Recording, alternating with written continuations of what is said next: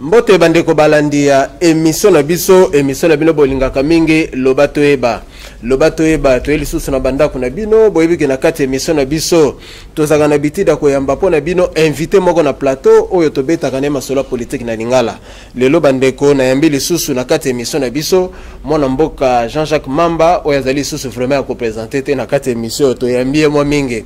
na kati émission na biso azali porte-parole ya MLC candidat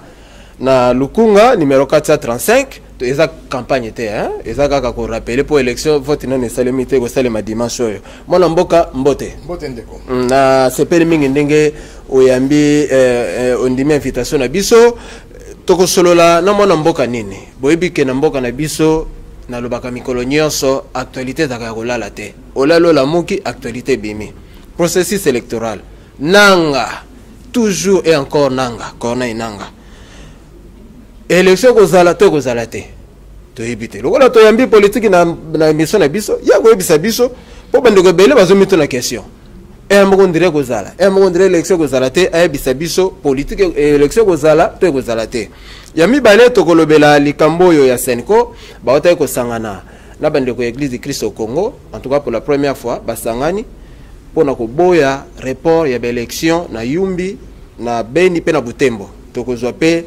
réaction ya mwana mboka Jean-Jacques Mamba remaniement ya calendrier ya Seni et puis message oyo mwana mboka sénateur Jean-Pierre Bemba na Moïse Katumbi bataille ko sala lokola pas zali moko ya MLC porte-parole a expliqué biso est-ce que oyo za provocation te la ngambo ya pouvoir na badi ya Jean-Pierre Bemba lobi mwana mboka question ya liboso report ya élection na Beni Butembo na Yumbi tango boyoki yango réaction à bino et ça là qui n'est. Bon d'abord tu as dit que Batouana bakom na suka. Oh. Moni bandekwana Kabila, Shadari, Robin Minaku, Mova, bato bakamba mboka oyo pendant 17 ans bakom na suka. Ba avancer raison il y a insécurité. Nous avons des insécurité zara na Beniville. Na ba territoire nyonso wana côté wana nyonso insécurité zali tina ovira insécurité zali mais ba poni ba bisiko ba monaki que ba rozwa 0 voix teme pourquoi parce que ba na difficulté makasi l'air Shader akendaki kuna akutana ina ba difficulté makasi bato baboyi ko yamba bazo yembela fa yulo kuna pona ko punir bango yango moni ba annuler votre place wana. Mais mon mboka avancé les cambier Ebola quand même oyebi ke Ebola eza maladi soki touché kaka mutuzu yango mais nangina tuna yo tango ndeko fayulu akendaki kuna omonaki population ndenge yambaki bato bele sikoyo ero melesi bakufi bango tuna Ebola on sait ko espace ezalaki te bazo tutana bango nyonso wana bango yemba bango bina omonaki pe na Beni bato bango tutana donc vraiment espace ezalaki te c'est que ero bango tu bakufi na Ebola donc Ebola pona bato batambola ezate car jour à vote ndebole robime bobimi bato. Donc on est en aventure mais là on est sur un souka na yango surtout le bango mingi yana elo omokote ya mabe o ezanga suka alors ndenge to yebeli ndenge tozo monela na kotala ndenge bazoko se comporter to comprendre bien que pouvoir ezana suka na yango et to komi na ma page ya suka mais na Butembo na Beni je crois be batumbaki ba bureau de vote na ba machine bango moko batumbaki ndenge batumbaki na Kinshasa wana ya ba jeune na bango te na Kinshasa enquête zo salima nano résultat ebanité enquête ezali na ko solo moko au moins na Nagasaki na Hiroshima hein place babora bombe atomique sur tali documentaire wana babwaki bombe atomique mais sur tali documentaire wana au moins na ke ba reste ezalaki oya biso penza ezakutu bombe atomique te ba pelisi ka moto ya kopelisa mais ba disque dur ya ba machine eziki et comme cendre ba circuit intégré à ba machine et comme attaque carcasse mora machine et monanité olingolo banini et sur ta la film à Colombo oui bien Colombo mutu mwaza sala banquette boy tout ça so mais ça na ba inspecteur o sekano kaka o moni bongo seki on déjà la réponse parce que c'est facile trop c'est trop facile est-ce que ça sert vraiment mamozo le c'est grave parce que mais tout que yo kenda mais écoutez ba monini mutu ka basom na mbongo à l'état toi na ba ministre ba rotambo na 16 mituka premier ministre tambo na 16 20 obemina kwa tambo na 16 20 mituka kotumba 4 mituka ça bango le monte et puis tout comme ça il y a un état mola na pété ah bien oui bi côté wana tozoloba basali yo babengaka zone à défense école militaire ezali wana zone à défense eza wana soko bimi boye kan kokolo eza wana soko binyo kima voilà soko ngo kima boye la voix du Zaïre bana moura barolia yo nzela kati ezate alors yebisanga aventurier nini en attend à kota apelisa pour ça moto moko différent omoni bâtiment ziki libanda pe mituka mituka diesel ezateke mituka nyosho zeki nzela moko c'est-à-dire ba sopeli en essence ba pelisa ngo moko ezateke incendie akati yo tuma mituka non parce que mon planche moko liba ezala ki wana donc mutu wana pena 8 ans place bana mura bazalaka à côté na bandio tuma na ba machine asidisi bandio pelisa ba carte ya binya kei mais batala muka batumbaki bien te on est ceux qui mabele qui maile ralisute te botumbaki bien te batala muka bino batala muka yonga na zoebisa yo omoni na mokili ceux qui makile tangi mingi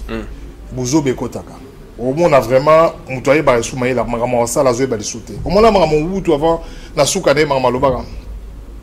ba domina tuna atika pouvoir alobi on efona tuna na mwasi nanga tala ndenge wutu akolela ndenge zeko lobela mukolonye sa tuna mwasi ne pour décision politique. C'est-à-dire ceux qui mutu akobi na suka et ça la kanengona c'est-à-dire ça la makamu bien te ça makamu na désordre makamu so mona mona na polele boyeme et simba lisute donc yango no moni machine moko tezikaki surtout quand il y a un taxi bus na ba machine ba otokanga na kana nga mutu wana na machine akosi ono po bazaye ko bongisa yango tu éviter ya awa soka zako même na botour po ba bongisa bref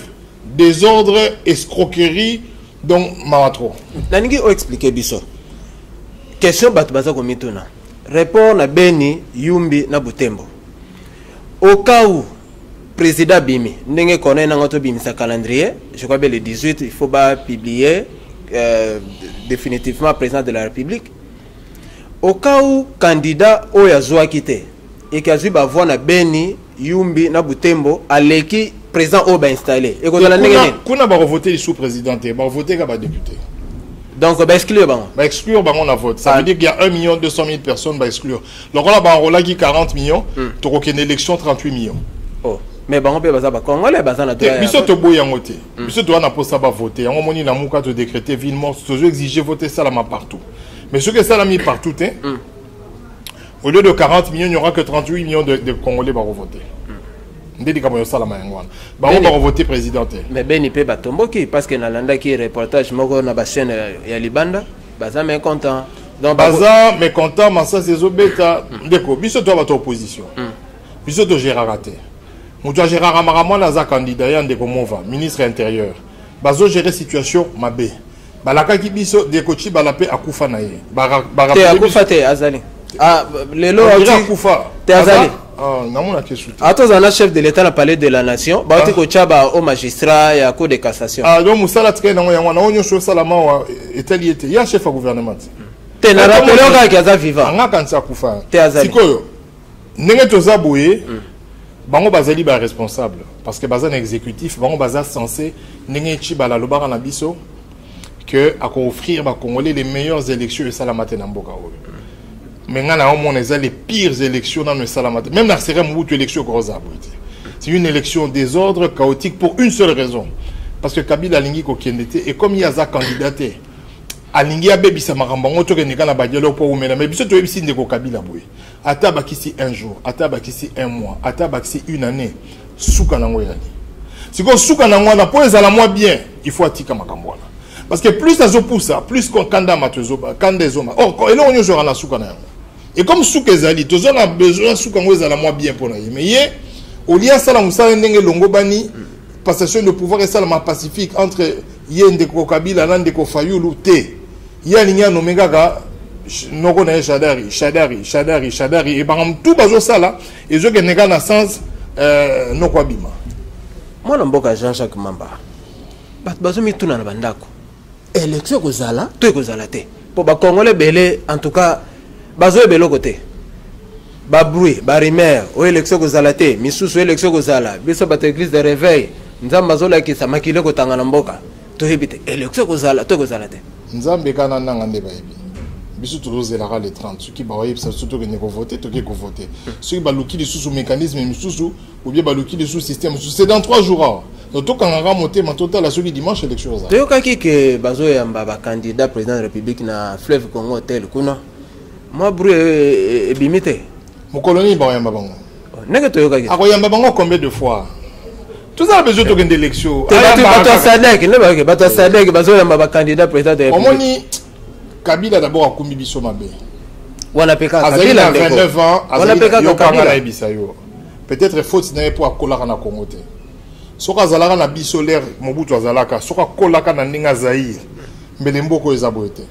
parce que révolution ba même qui bazali na base te révolution pour bazako fana ba onyo sur libanda base penza ya aussi la révolution zalaïté et yango moni échec sur échec après 17 ans parce que mon ndenge ya kumbeli mboko yo alingaka bima na gloire moko ya osakala te gloire ni na ngabi manango asali premier mandat na ye asali deuxième mandat na ye akokisi makambo lobaki 5 chantiers asali révolution de la modernité asali biso ba aéroport aminene ba hôpital aminene tout ça abimi pe to betele maboko metala lelo et atanzela pamba malonga otika la bisote 30 juin otika mabulu ba fonctionnaire ba un paiement papa ne atika ka soda suka $60 ya otika soda suka $60. Ça veut dire moi qui n'attend un kembo wana to ngato pesa kembo révolution exactement parce que bisika to komi eza na se ya bisika Mobutu atika ka biso mais nyonso wana pe bino pe bobundisi mingi mais c'est de mando qui peut te bundisa non bobundisi mingi guerre à l'est du pays à ça la position mindele baye non eza bilo mususu il faut peut total la paix asa volonté ko ka kozala mais mindele babundisi Kabila 3 donc mindele bazana beni donc mindele bazo ba machette ba okata bato on ne sait jamais hein Monisco pe azape na ba jemoko ya CC tozali na pays moko ezali convoité et logo ebomi biso ezali manque ya leadership na kozala na armée moko ya makasi ezali dissuasif te armée za makasi ki M23 yora na bisayo M23 eza Monisco te M23 kotati na Goma ndeko na ngai donc ça veut dire ba l'équipe frontière à Rutshuru tout ça va comité na ville à Goma Mamadou Ndala ceux qui M23 général Baouma ose babango na lobi hein moi te bakufa basala mo musala bien babomi bango na lobi boy te bakufa ki ba babomi bango ngana lobi babomi bango bakufa na maladie te yondo lobi na bien Mamadou Ndala zo embuscade c'est pas boma qui est est-ce ngana te comment mto boma te eza nini ngana te comment mto boma na lobi ba ba wana mtoye basoki na nyambo makinga na lobiga que akufi na maladie babomi azoe roquette donc ba ataka ki babomi pour ça là qui musala bien mais soko landi bien tu as un pays mo za convoité moni parti wana nyonso économie mondiale les autres salama na est à Congo parce que bilo yo tambola na mokili mikolo ezali ka ba smartphone ba téléphone ba bilo wana donc koltan ezolu comme makasi alors parti wana esengaki ezala sécuriser mingi ceux qui Mobutu azalaka vivant ngako yo ka cheta major na kuna koma ko vanda kuna mais Kabila vanda kuna te d'ailleurs azara soka ke lundi mardi parce que lo bomba tout pour na wala qui sait que autorité de l'état Kabila n'a pas réussi à restaurer ça mais ko kamwa mingi ceux qui manifestation to munungu ya manifestation za na Kinshasa ndo mona ba char de combat ceux qui pe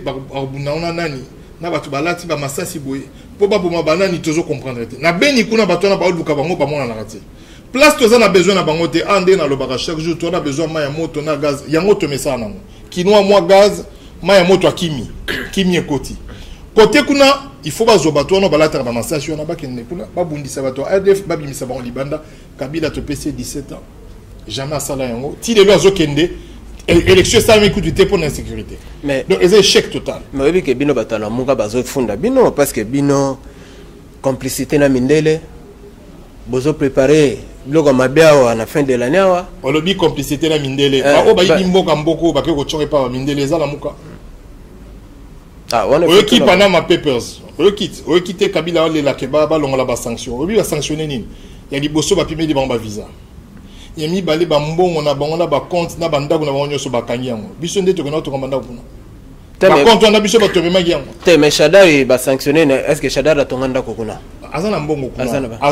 kuna na ba compte azana ba na lobby na yo preuve exacte le rapport est lobby que na Londres ba kangi 686 millions d'euros donné ba 800 millions de dollars et l'équipe na mbongo élection ba congolais ba ka 10 ba comme moko compliqué on attend la colis na ba te ba komonela na Congo mais ba congolais 800 millions de dollars ba kangi bango kuna ya ba immeuble ba bazana na ba compte na banque biso ba totine ba basala ndemo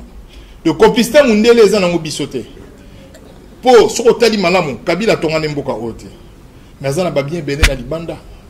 moi va tonga n'importe quoi bazana babia na libala donc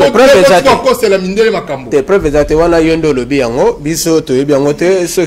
yaka na ba image bisa yo ke soko ta image ko za bien tala Bloomberg c'est a komi yango Panama Papers a komi yango ezali sous secrétaire oyebi yango malamu que même passeport gate et l'Obama même na ba TV awa est-ce que yebi ke mundele soka inio akoko solo makamba ko mundele mto check qui un passeport na $300 na mboko oyebi te que c'est le passeport le plus cher dans le monde. Mais pays n'a payé ça la Biso dans le pays le plus pauvre du monde, il faut passeport comme biso moto salaire il faut ça correspondant à niveau national. Moi Jean-Jacques Mamba. Et puis que n'engue to frontière na biso douane, ya biso ça la cher papa bato misos. Ya ngonde sala que biso to zo mo eloko. Ekota na mboka. Est-ce que ça li somo? Ce que zo la ngai mamna solo pas. Passeport et ali document d'identité. Ça veut dire que Congolais nyons on a droit à passeport. Puis surtout c'est des campagnes électorales, surtout coûter à 100 personnes, bah un passeport bah à 2. Parce que pour un passeport aux yeux formalité, nous ça à $300. Na Rwanda passeport est à $80. Yo chef de l'État, et puis que pays n'a pas besoin de moukier. Comment on tika passeport est à $300?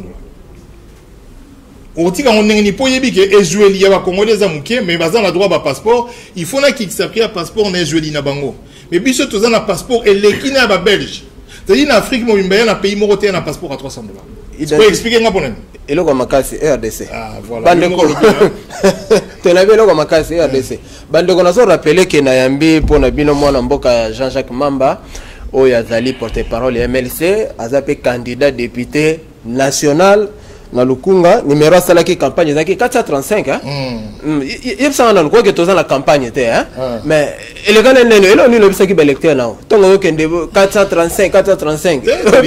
Maman, il y a couré, bonga, et puis chaque électeur a voté Ndeko Fayulu. C'est tout ce qu'on a dit. Message de Soka Yangwana. Toi, l'homme sur le bâté, pour y avoir sérieux, à engagé à Moutoumou Malamu, il y a un biso dans Katia Lamouka, te soutenir, il y a poise à la présidente la biso. Et puis, Bino Batalamouka, question est une bandeko ya UDPS banimaki machine à voter oui c'est bon que majorité et corrompre bango na 3 millions de dollars est-ce que bino bondimi majorité bino bosi combien 6 millions te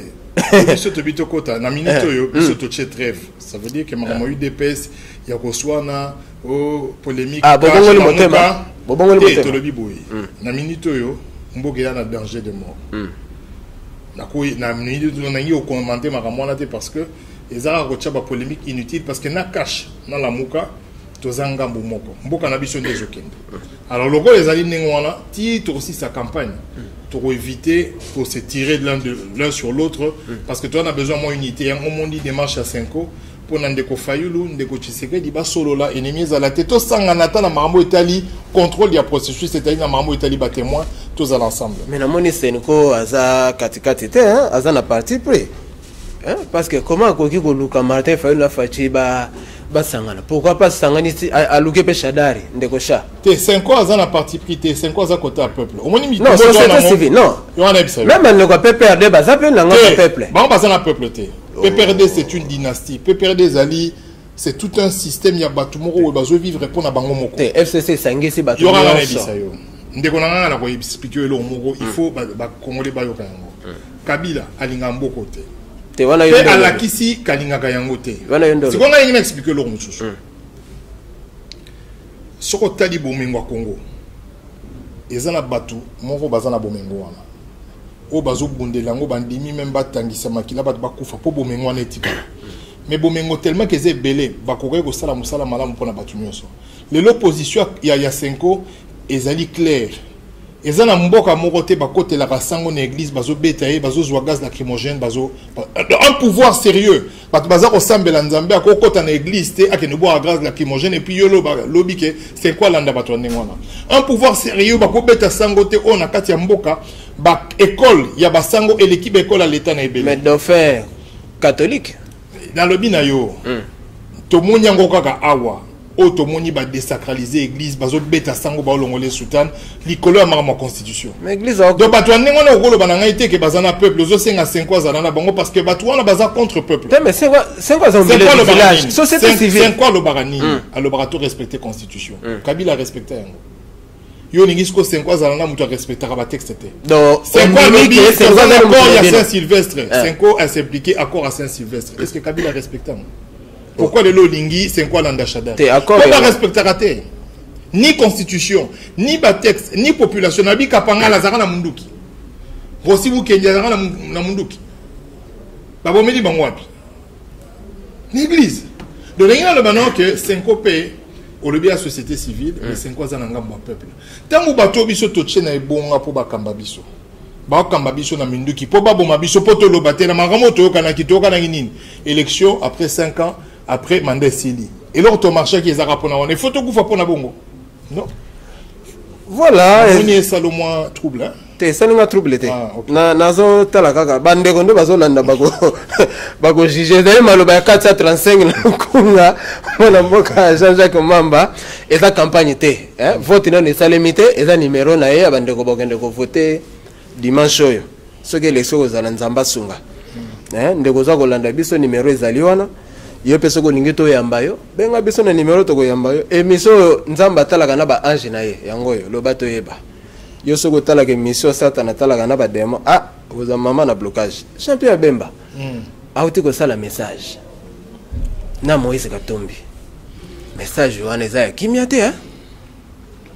le bielo ramabete ba ndeko ba lobby boye ba kondina biso ba lobby boye baso boma biso. Mais est-ce que ça le côté la campagne électorale autant où ndeko Fayulu akiti côté ya Katanga mais ba tuba kufi et puis que moto moko ya na Kasai gouverneur nani o Kasai yo nani batumbi moto ngana o selon moko ngoy Kasai selon moko bato ya IDPS petit moto ya la jeb sande ko Kabila bo omoni colère ya bato ebele attends na makasi lelo ceux qui ont s'accumuler yango yo kaka na mboka mususu ba Sierra Leone tout ça guerre civile et bima guerre civile utaka wapi ceux qui opprimer peuple mingi bobomi bango mingi un mot ce peuple atomboki to mona yango atang ba Rwanda ba kotaka na era musée bazo kanga ba Rwanda bazo chama ba pne ba tuma bango vivant to mona yango même na banjili na bakuluna kuluna akataka batu ba machette chaque jour bazo ka été mukolo ba kozo mona babomier o to benga yango loko la réaction ezeli makamia ko encourager te normalement to za pays mo démocratique mutunyo se fois à la libre et exprimer opinion na place o ya lingi na denga campagne électorale mais celle que bandeko ya majorité ndeko goika sanji abandi déjà koloba que ache ba barrage avant pour tout Tshisekedi ya comment allumer pas na mutu muso ko la campagne te kaka shadar de temps yo lobi ndeko na mboka ngo za biso nyoso candidat nyoso na droit ko s'exprimer mbala moko senini population azwa magasiner colère. Le temps où moni ba acte ndengona ezali suite ya kanda ya population parce que oyo moni wana na oyo bango bazo sala yeso moni ata meeting moko Shadari babo ki la gaz lacrymogène ti campagne banditi esili eza na place moko te ba pandi ba te pa Shadari la muka yeso moni place moko babo Shadari akende babo ki akende chikapa po to chikapa baba yeso akekuna ba roboma yi bango batinele message que soko meko koma to bomba yebi se que koyate ta choisa mabe mais oya biso to kende kindu to ebi na village à Shadar il peut ba voter na bango yete mais ba kita batika biso to kita bat ba yamba biso ba to kendete to kenda bo kendete ba benga ngo séquestration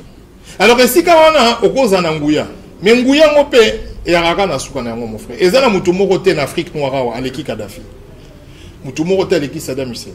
aleki Sékou Touré aleki Idi Amin le nyonso ba stala wana bazo zwara retard mais to zena 2011 hein. Bato bakufi ebela bakanse 2016 ekomate 2016 ekomi balubi baretardé badon 8 bakanse 2018 ekomate 2018 ekomi pourquoi parce que soki wana pouvoir ta ekendaka mbangu biso nde tomona yango ezoumela mais pas na bango oyo ekende rapide donc totalanga ndenge ekosukela me tozosenga na bango ke makambo akende exil wana eza mabe mboko eza ya biso moko tobatela yango makambo toyokanaki na constitution tosalela yango constitution lobby demande esili mutu akei constitution lobby tosala ba élection libre transparente et démocratique constitution epekisi mama autrichien na koyiba bala ce qui peuple lelo alingi famille politique wana te ningo zo mona yo mona ki ba mama musu bazo kweya dans les vides otangi ka kombo moko boy tam so tangi yango pété c'est quoi bazo kweya ça dit zo moni niveau wana ke bazo kweya ningo wana ça veut dire que ce peuple lobby na ke na lingi na ngali susu te kende pembeni otala ndenge ba ba kwa kila komba nani nazoloba mais il a moyo zo na actualité ozola na actualité te na lobi na oboye so moni ke na niveau bato mususu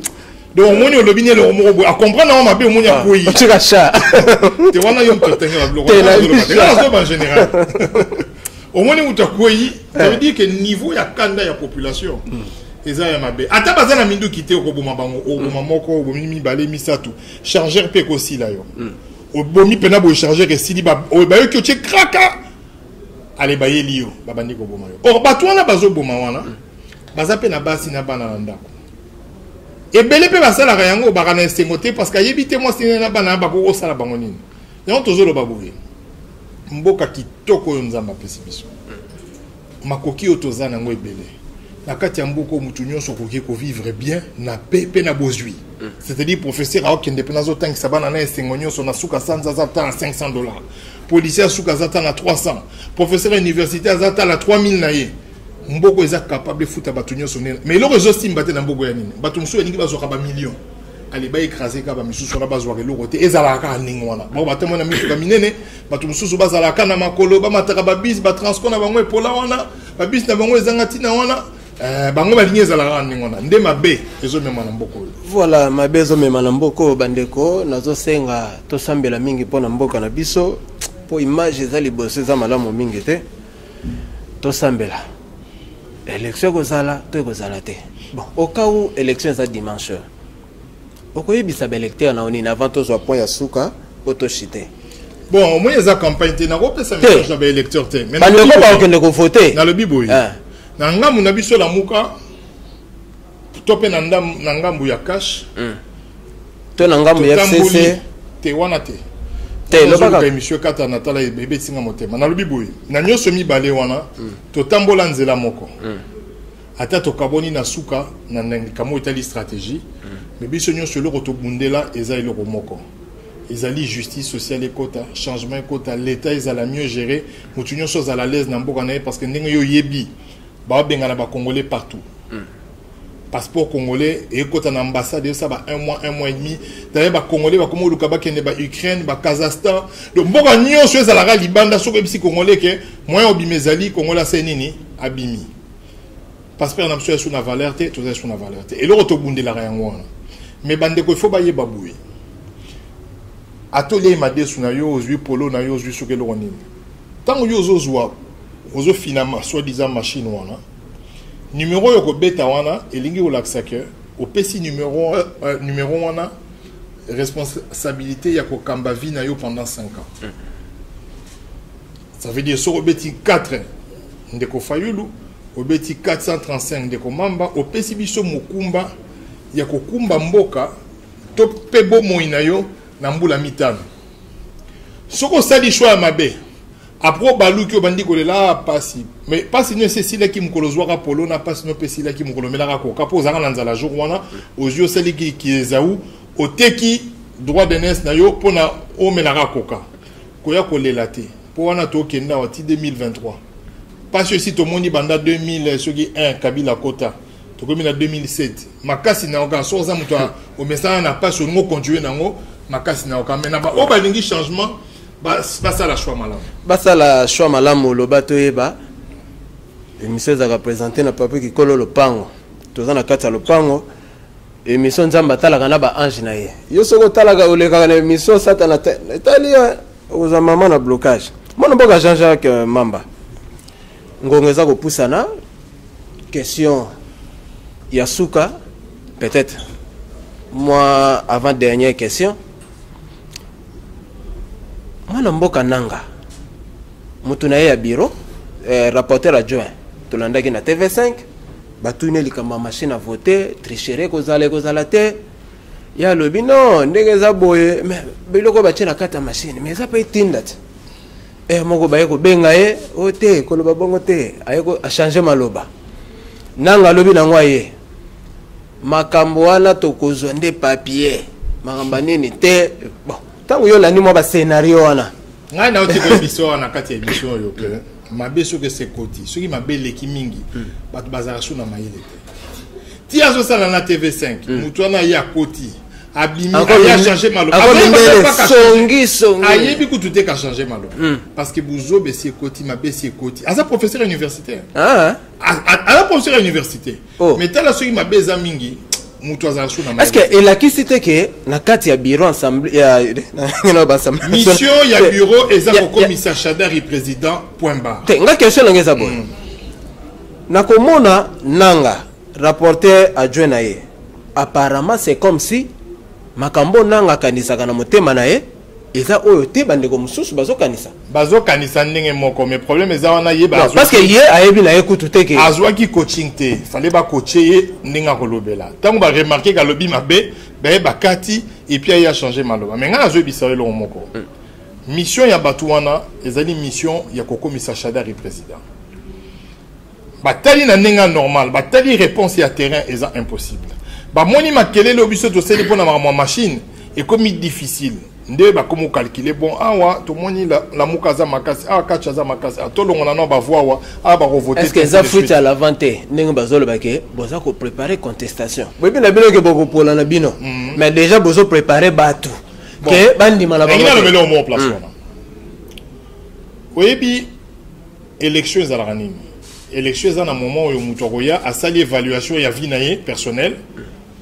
atali nga salaire nanga combien bon nga na lire à 3 fois par jour musana nanga eza bien tout ça ba to kamba biso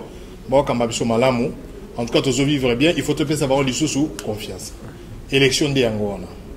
mais nga na kolobana que na kati ya mboka au pays oye bien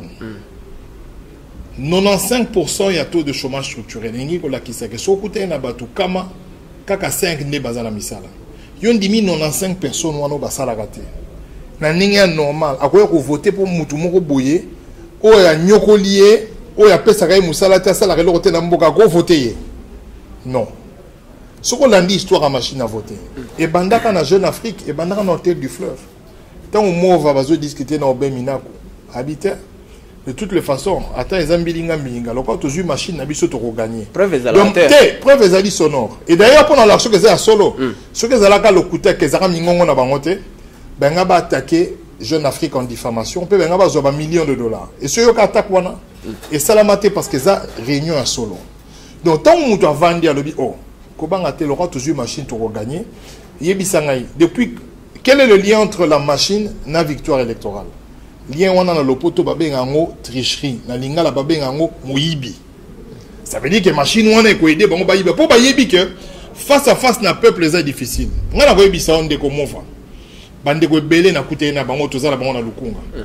bazo sala campagne na télévision na ba panneau po ba kita bazo kita te po bayebi chaque fois bazo kita bazo ola bango pourquoi parce que bazo yana nene na lobby na yoke Bazana campagne Likofi Kabila ata PPRD na fiche chate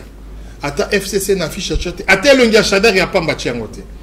po yebi que difficulté ezali pe ba olola bango ya kosaka pe ba zo ba polo na bango bazo yo somoni batumbi ba polo la muka tala ba polo PPRD to monyo même na France 24 bazu boye batumbi bakena kisangani Shadara que ne peut sa 20 000 ba étudiant ba siliki bazu 20 000 wana bakena na MONUSCO